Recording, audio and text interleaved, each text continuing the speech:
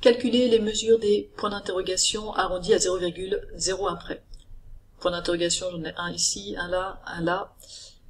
Par ailleurs, on me donne des informations, dont 2 triangles rectangles, et il va falloir que je m'organise un peu pour faire tous ces calculs. Une des manières de commencer, c'est de se dire qu'on va commencer dans un triangle qu'on connaît bien, sur lequel on a beaucoup d'informations. C'est le cas de IJK, puisque dans IJK, je connais cet angle-là, 90 degrés, cet angle-ci, 65, je pourrais donc en déduire le troisième, et j'ai par ailleurs une longueur. Donc ce triangle, il est entièrement déterminé, je peux calculer tout ce qu'il concerne. Donc je vais commencer par ce point d'interrogation, IJ. Je vais mettre de côté les formules de trigonométrie, qui pourront être bien utiles, puisque je suis dans un triangle rectangle et que j'ai des associations à faire entre angle et longueur. On va donc se placer dans IJK. Puisque c'est un triangle rectangle en J, je peux appliquer mes formules de trigonométrie. Je vais prendre le point de vue de I, c'est logique, parce que c'est directement de 65 degrés. Qu'est-ce que je cherche? Je cherche le côté adjacent. Qu'est-ce que je connais? Le côté opposé. C'est le rapport tangente qui va pouvoir m'aider ici à conclure. Donc je peux le réécrire, tangente de mon angle en I. Alors, il y a plusieurs angles I, mais vu que j'ai bien dit que je me plaçais dans le triangle IJK, il n'y a pas de doute que je suis en train de parler de cet angle-ci. L'angle JIK, donc, est égal à opposé. Opposé ici, c'est JK, sur adjacent, c'est IJ. Je remplace par ce que je connais. I, je connais, ça fait 65 degrés. KJ, je connais, ça fait J, par contre, ça fait 6. Par contre, IJ, c'est ce que je cherche, je ne connais pas.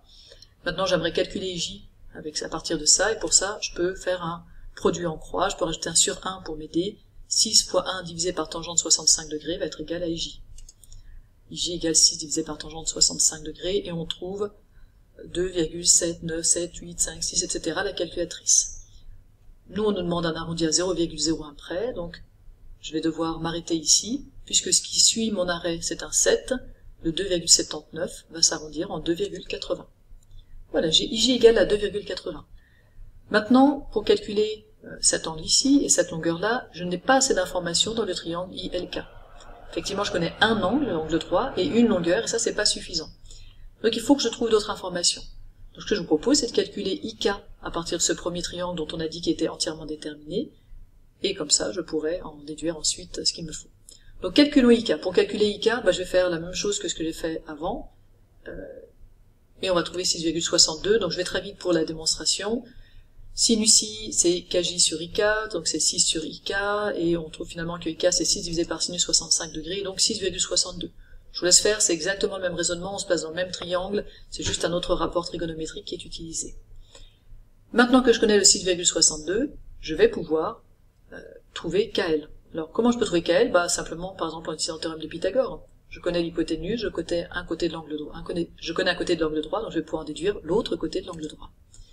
J'applique donc le théorème de Pythagore dans le triangle ILK, j'ai le droit de le faire parce qu'il est rectangle en L, et que ce que j'ai l'hypoténuse au carré, donc IK au carré, qui est égal à la somme des carrés des côtés de l'angle droit, donc IL au carré plus LK au carré. Je remplace par ce que je connais, ou ici je peux directement, je sais que ce que je vais vouloir c'est LK, donc je vais isoler LK, c'est-à-dire je vais passer IL de l'autre côté, donc LK ou bien KL au carré c'est IK au carré moins IL au carré, je prends la racine carrée, j'ai KL qui est égal à racine de IK au carré moins IL au carré. Je vous rappelle qu'on peut faire ça parce qu'on est sur des grandeurs positives, puisque ce sont des longueurs de segments. Je fais l'application numérique, alors c'est déjà environ égal, puisque IK c'est déjà environ égal à 6,62, deuxième arrondi, je trouve KL à peu près égal à 5,27. Il me reste l'angle ici à obtenir, pour ça je reste dans le triangle ILK, maintenant j'ai tout ce qu'il me faut, puisque je connais le côté adjacent et je connais l'hypoténuse, si je me place par rapport à cet angle-là. Donc là, à nouveau, on va aller assez vite, on va utiliser les formules de trigonométrie, on va donc utiliser le cosinus qui relie le côté adjacent et l'hypoténuse. Je remplace par ce que je connais, et j'ai donc cosinus I qui est égal à 4 divisé par 6,62. Maintenant, ce que je veux, c'est pas cosinus I, c'est I. Et donc il va falloir que je passe le cosinus de l'autre côté. Remarquez qu'ici, j'aurais dû mettre déjà à environ égal, puisque 6,62, c'est déjà une valeur approchée. Donc je dois passer le cosinus de l'autre côté, quand il passe de l'autre côté, il devient cosinus moins 1. Ou j'applique cos moins 1 des deux côtés, vous le pensez comme vous voulez, mais en tout cas, I est égal à cos moins 1 de 4 divisé par 6,62, et à la calculatrice, j'obtiens environ 52,83 degrés.